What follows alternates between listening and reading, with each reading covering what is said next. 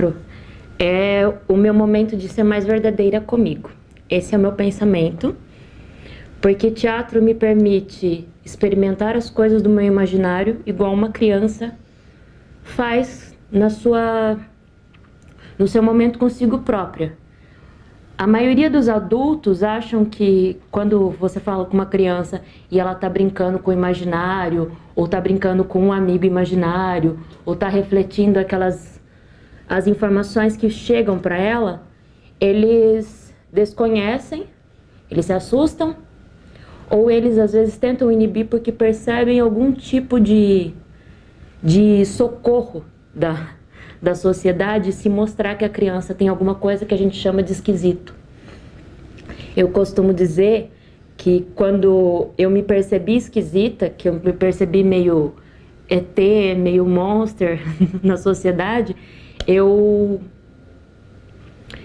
quis não fazer parte da sociedade até o momento que eu encontrei minha própria criança. E foi com o teatro que eu encontrei isso. Então o teatro me permite ser esquisita, ser unicórnio, ser sereia, ser bruxa, ser fantasiosa, ser uma árvore, ser o que eu quiser.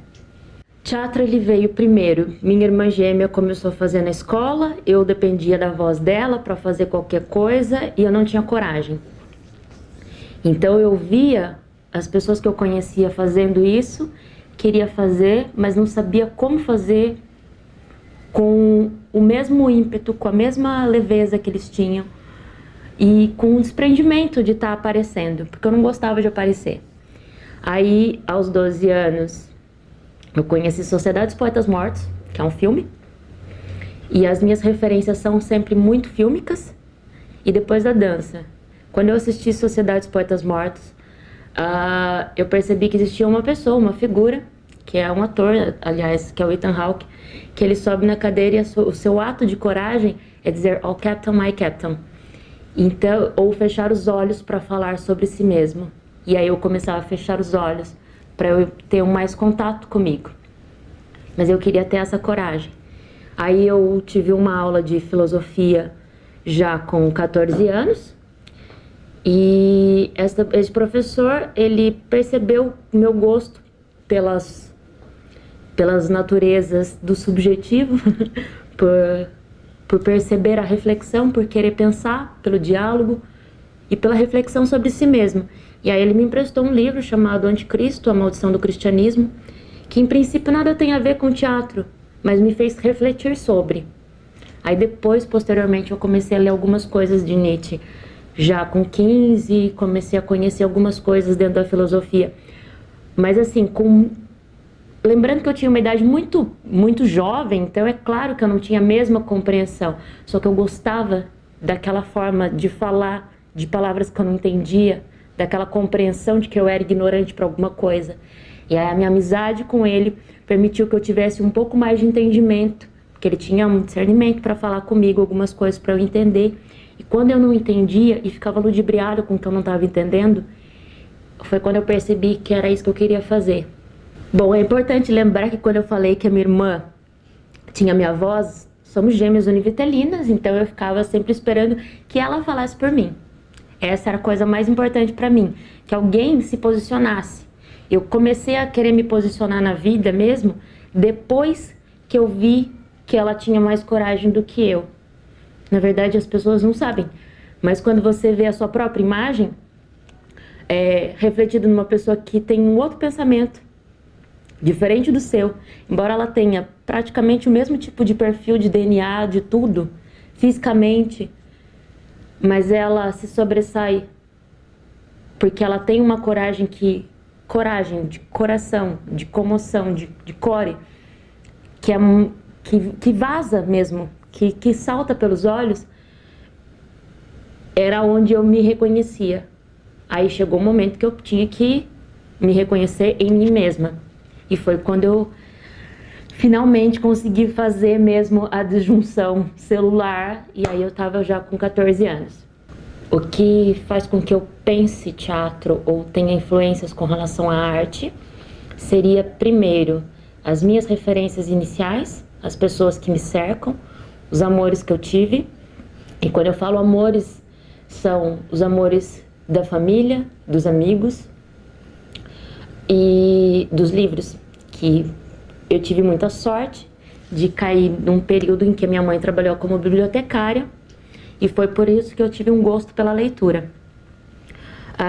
Todo mundo já entendeu, acho que a minha referência com a minha irmã sempre foi de vê-la com a coragem que me faltava, mas para além disso, eu acho que o que eu mais sentia é que ela era um gancho, um apontamento para o novo, para a criação.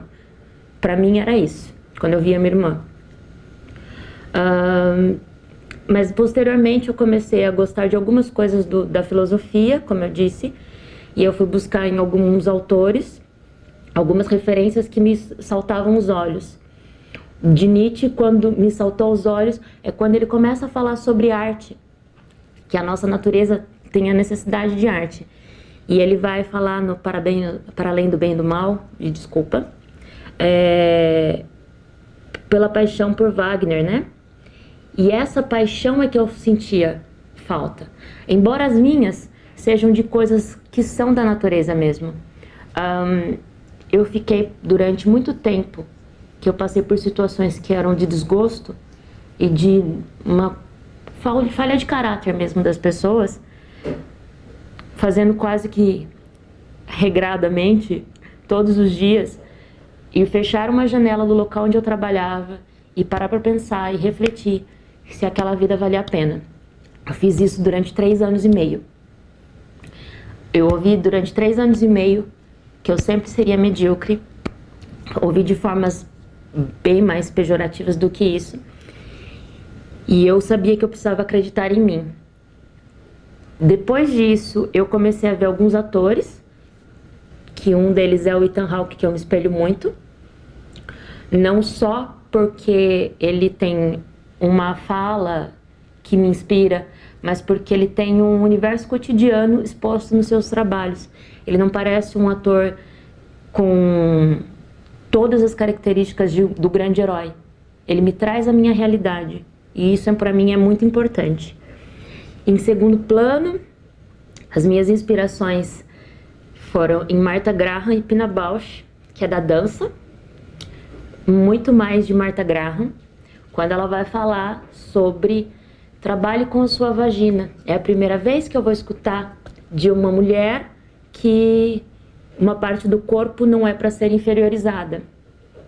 E ela vem na dança trabalhar com plexo solar e essa ideia de trazer para si, que é o Hakursi, o movimento surgindo de dentro para fora. E isso me enaltecia. Era como se eu nascesse todos os dias, ou como se eu ressurgisse todos os dias, como uma fênix. Então todas as minhas forças, quando elas falhavam, quando eu pensava com relação ao meu plexo solar e a minha energia vindo de dentro, fazia com que eu pensasse, não, hoje eu consigo, amanhã eu consigo, ou daqui 2 semanas eu consigo, mas eu consigo para o meu futuro, para o meu próximo dia, para o meu próximo estado, para o meu pós-presente. E por último, não menos importante, com relação ao teatro, eu conheci o trabalho do Eugênio Barba, e é engraçado como quando você vê algumas coisas tão simples, tão singelas, serem colocadas para você da forma como você percebe o gosto, o sabor, o seu paladar muda, o seu olhar muda, o seu olfato muda. E eu acho que seriam essas as minhas principais referências. Bom, quando eu comecei a trabalhar com algumas coisas de teatro, comecei com teatro amador, como a maioria das pessoas. E assim, eu era a criança que cai, ou eu era a professora que só bate a régua na mesa e sai. Eu era uma pessoa sem fala. E aí eu vi que ainda era a minha falta de coragem demonstrada. E aí teve um trabalho de teatro amador iniciado na minha cidade, por muito pouco tempo. Eu sou de Guapiara, mas não chegava no que eu precisava. Aí eu tive uma conversa com meu pai e queria ter feito algum tipo de formação mesmo. Aí eu vim a conhecer o Grande Otelo. A Ângela Barros, ela tinha aberto uma oficina de clown, de palhaço. E isso para mim seria uma coisa nova, uma coisa importante. Em 2003, eu entrei nessa oficina e meu pai faleceu. E o marco disso foi tão importante que, assim, quando eu vim para Sorocaba, eu não sabia andar em Sorocaba. Não sabia nem sair da rodoviária para ir para lá. E meu pai me marcou muito, porque ele me ensinou uma semana antes da morte dele como é que eu fazia para me locomover sozinha, caso ele não pudesse me levar. E nos 3 meses e meio que eu fiz essa oficina, toda a minha referência de vida estava inclusa nisso. Foi quando eu entendi que o trabalho de clown não é trabalhar sobre o riso, é trabalhar sobre o riso dentro da sua vertente e dentro da sua vida, que pode ser alguma coisa nem sempre tão engraçada assim. Eu saí da oficina, talvez com o início, com o começo, para eu ter mais gancho para trabalhar com teatro, e foi quando eu fui realmente prestar a universidade, prestei a universidade da UEL, né? Universidade Estadual de Londrina, onde eu tenho a minha formação em artes cênicas. E embora eu não tenha continuado com o trabalho de clown, eu tenho continuado com o trabalho de entender o agressivo, entender o grotesco, entender como a sociedade difere as pessoas que não fazem parte do padrão. E esse é o meu trabalho até hoje.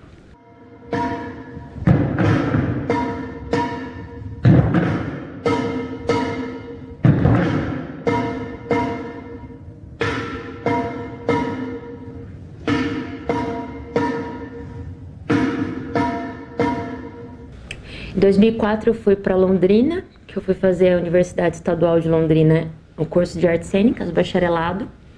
E foi quando eu comecei a reconhecer as minhas esquisitices de meu corpo, dentro de um projeto que iniciou em agosto, que era de teatro-dança. E também foi quando eu conheci Martha Graham e o trabalho e os princípios técnicos. Lembrando que eu não fiz teatro com todas as informações de dança e dança contemporânea como eu gostaria, mas tive boa parte de princípios e a parte teórica e a compreensão de como era o trabalho dela. Aí, esse trabalho, na verdade, era um treinamento técnico de 1 ano. Posteriormente, eu entrei dentro de um grupo de trabalho pós-formação chamado CL2. E na CL2 eu tive um contato maior com o trabalho diário de formação com princípios da dança, princípios circenses e com bastante condicionamento com relação ao teatro-dança ou teatro físico. E dentro desse trabalho a gente teve algumas apresentações que foram para festival na cidade de Londrina mesmo, Festival de Londrina, o Festival Internacional, o Filo, alguns que seriam do Festival de Dança, e do Paraná, ou também de Bauru, que foi o Faces, Festival de Tupã, que é o Festaete, e enfim, foram trabalhos que foi o Modus Operandi e o Modus Vivendi, com o CL2, posteriormente o Viés, Rosnando para a Sombra, que na verdade ficou só em Londrina, essa apresentação, mas e posteriormente o último trabalho que eu pertencia à companhia, que foi Para Aqueles que Ainda Vão Nascer. Todos os trabalhos me permitiram criar como atriz, né? como atuante. Eu era atriz pesquisadora e tive uma grande diferença das informações que são passadas quanto a processo de direção. E aí quando eu percebi que direção não era um patamar acima do ator, mas eram elementos. E essa é a coisa, acho que mais importante que eu tiro dentro da universidade, é reconhecer que todo mundo faz parte de um mesmo tipo de conjunto. Sei que existem muitas diferenças de pensamento, mas eu consegui vivenciar esse tipo de experiência, esse tipo de experimentação dentro do meu trabalho e faz com que eu me sinta pertencente, me sinta parte, não me sinta apenas um elemento a ser moldado, que eu não acredito nisso. Eu acho que o todo só tem a possibilidade se a transformação vem de todas as partes. Do mesmo jeito que quando a gente joga semente na terra, a terra é parte importante, a água é parte importante, o sol é parte importante, o crescimento dela e todos os outros seres que estão em volta são coisas importantes. O ar, o clima, o vento.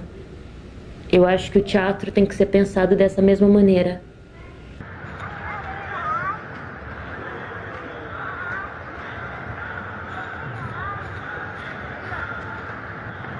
Foi reparando na vida do gato que ela percebeu que tudo era novidade para ele. Tudo na vida era presente. A bolinha estava ali, parada. Era novo. 2 meses. Ali. Novo. Tudo novo. Tudo presente. Não é obrigatório você fazer academia, mas para qualquer tarefa que você vá cumprir da sua vida, é importante você ter um perfil de treinamento, de habilidade e de compreensão, porque senão a gente só está falando sobre o nosso achismo.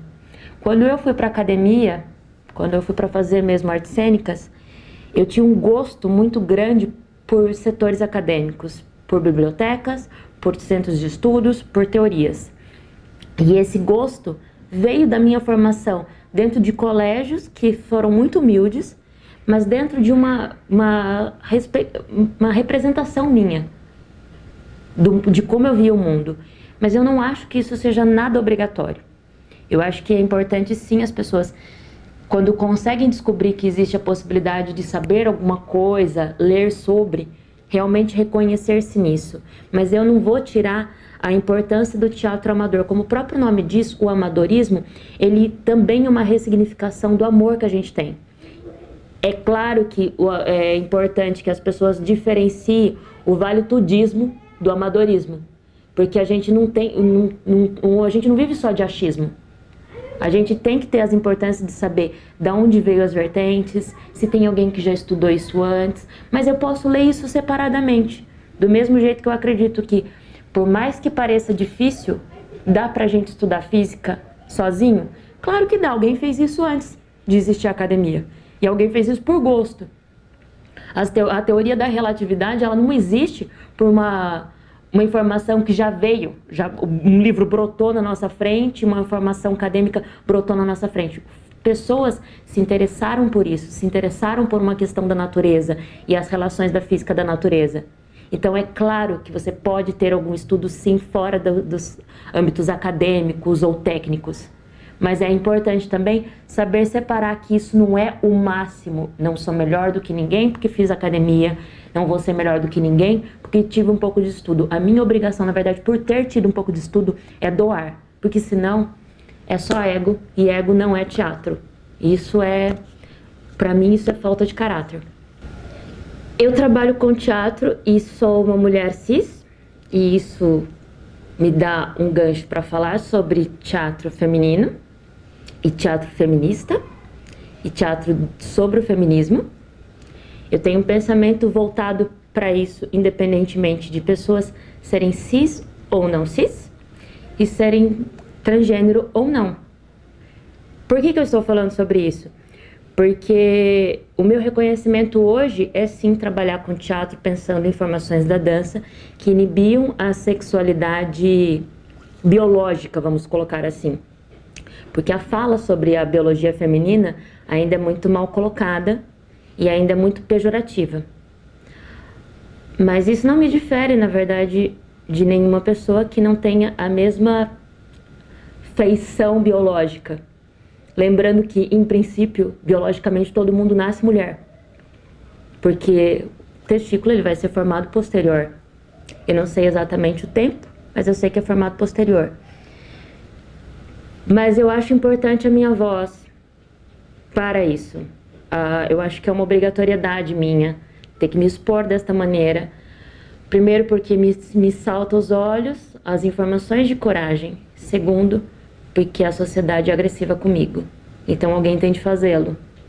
provavelmente as pessoas vão receber essa informação de uma forma não tão benquista, não tão bem cuidada quanto eu tento ter o cuidado.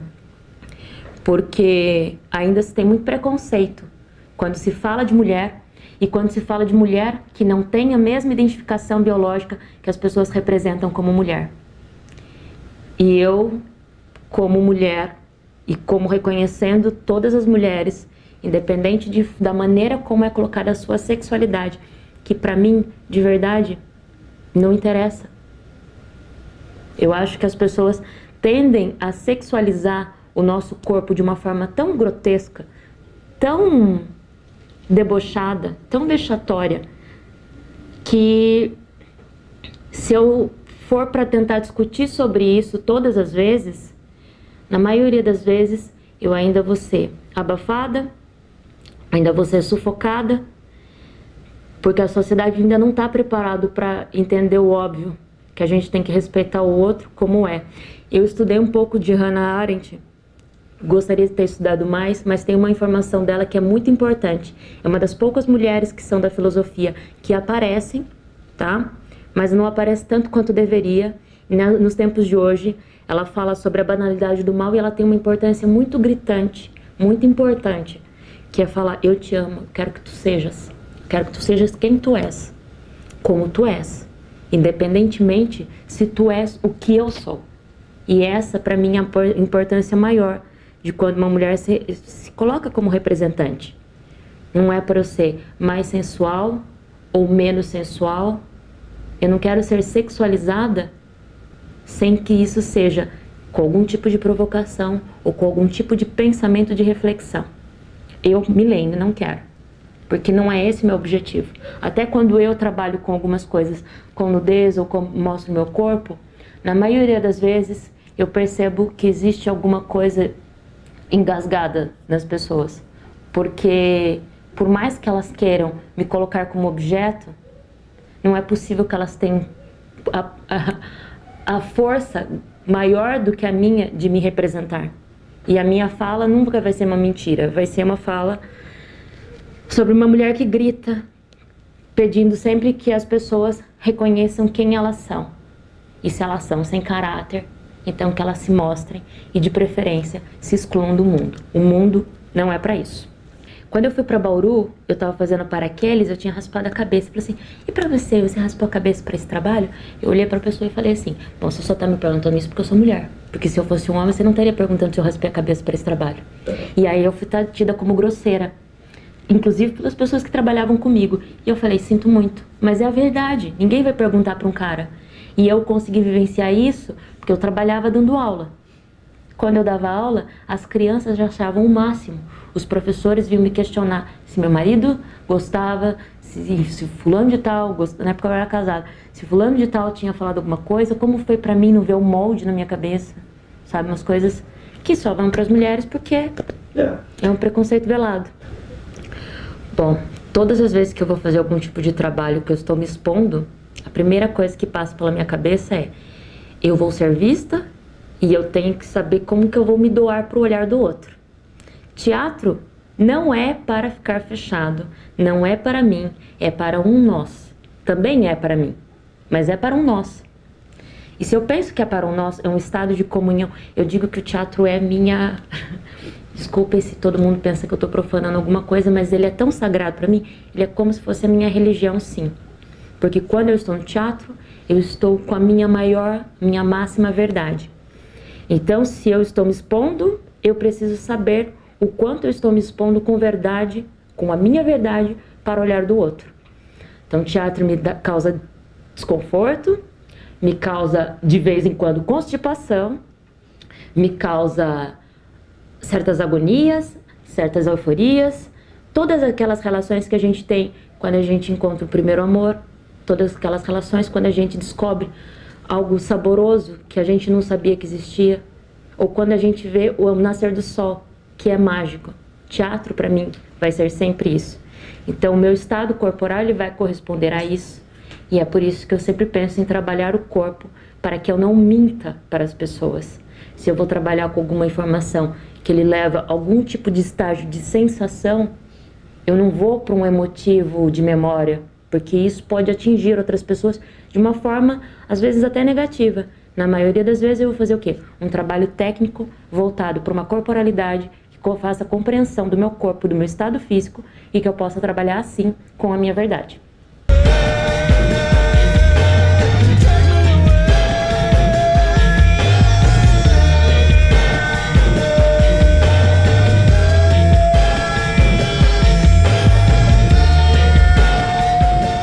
Ultimamente, eu, Milene Machado, acabei me afeiçoando por heterônimos.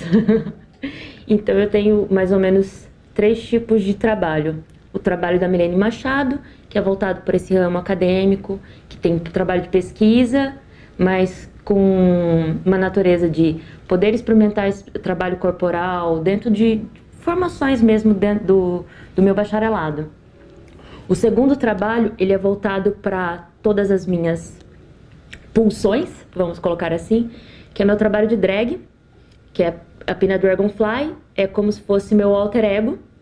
E aí eu trabalho juntamente com as drags aqui de Sorocaba. Tanto é que eu me apresentei já no Traga Ball, que é importante que as pessoas saibam da existência. E é um trabalho de resistência e de reexistir, já que é uma cidade que tem uma quantidade até grande de drags e precisa sim de um olhar voltado para isso, porque é um trabalho muito bonito, é muito rico, é muito colorido como deve ser e para mim é uma realização mesmo. E o terceiro trabalho ainda é um projeto de pesquisa, porque todo meu nascimento, né, ou renascimento, ou meu aniversário, eu comecei a pesquisar como que seria para mim o renascer dentro do trabalho teatral. E eu teve uma passagem numa cidade onde eu morei, que foi Londrina, que pegou na verdade, fogo num prédio, que é o Teatro Ouro Verde. Ele foi reconstruído, mas na época aquilo me tomou de uma forma que eu queria apresentar intervenções fora, nos espaços públicos. E aí começou a surgir a pesquisa de Mililith. Ainda não tinha esse nome, mas tinha esta mesma vertente. A segunda coisa que aconteceu foi quando eu voltei para Sorocaba e percebi que o Grande Otelo não existia mais. E a gente precisa lutar pelos nossos espaços públicos que tem algo voltado para a parte cultural, porque é onde a gente vai conseguir refletir sobre, com o nosso corpo, com o nosso olhar, com o nosso gosto pela vida e com a nossa sensação de doação. Como a gente não pode fazer isso sempre em praças públicas, porque tem questões burocráticas que às vezes a gente não consegue vencer, e espero que a gente consiga, porque as praças públicas, como o próprio nome diz, são públicas e deveriam ser para o povo, para as pessoas. Eu tenho colocado meus trabalhos dentro de alguns projetos ou trabalhos na Feira do Beco, por exemplo, que foi a apresentação de Mililith, que é a minha alma feminina gritando. Então são minhas 3 vertentes. Seria eu, enquanto Milene dentro do cotidiano, eu, meu alter ego, e eu, a Milene sufocada por essa sociedade que ainda não acordou. Bom, se alguém quiser conhecer um pouco mais sobre o meu trabalho, eu utilizo as redes sociais mais comuns, Facebook, Instagram, e normalmente eu coloco meu trabalho como Milene Machado, para que as pessoas saibam a quem pertence. Eu acho importante isso porque durante muito tempo até as autoras não podiam colocar os seus próprios nomes. Eu coloco os meus nomes criados, mas eu prefiro manter meu nome vinculado exatamente por conta disso, porque a gente precisa também se autoafirmar. E para alguém que teve pouca coragem ao longo da sua vida, eu acho que é importante que eu mantenha muita coragem para eu sobreviver com o que eu sou. O menino brincou comigo, pois eu no sol, pois eu na sombra, pois eu na chuva. Brincou comigo, e é assim que eu agradeço. Eu vivi, ele não. Vive pra gente brincar. O mundo é pequeno pra nós dois, mas cabe aqui dentro de mim. Eu caibo dentro de você? Teatro é importante para as pessoas refletirem sobre elas mesmas enquanto mundo, enquanto persona e enquanto sociedade.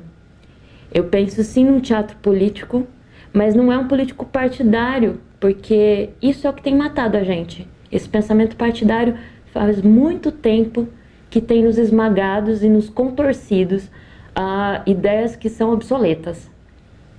Mas o teatro ele tem um perfil político porque ele resgata o nosso olhar sobre o que a sociedade é. Ele começa com o teatro expondo teatro burguês, né? Começa com algumas informações de exposição. Quando eu falo político, ele começa assim. Embora já tenha sido antes, mas a nossa vertente mudou muito. As informações gregas e toda aquela organização aristotélica. Mas eu acho que a nossa voz passa a existir quando a gente começa a pensar o teatro como uma oportunidade de ser, para que a gente tire essa ideia rasa, essa ideia confortável, para que o teatro ele seja aquele nó da nossa garganta que desce para o coração, que salta das veias, que reconhece que todo mundo deveria ser, pelo menos, uma grande energia em comum, né? O mundo deveria ser comunhão, religar, religação, religião. É isso que para mim é teatro e é isso que eu queria que todo mundo pensasse sobre. Teatro não é mentira, teatro é nossa verdade. E eu falo isso porque me incomoda muito que as pessoas finjam dentro do teatro até hoje que elas não estão se coçando, que elas não estão arrumando a roupa, que elas não estão ajeitando a beirada da calça no meio de uma apresentação. Esse desvio de olhar não deveria acontecer mais. Isso não é teatro amador. Isso é uma insegurança. A gente não precisa ter todos os gestos sem ter a percepção do que eles fazem com as pessoas. E eu preciso ter noção e saber que a minha mão ficou próxima dos meus olhos, mas não chegou a cobri-los. Eu preciso ter um pouco mais de noção de quando eu estou na meia luz. E essa percepção é a nossa maior entrega. Quando a gente descobre isso, a gente descobre muito mais sobre nós mesmos dentro do teatro. Essa é a minha dica.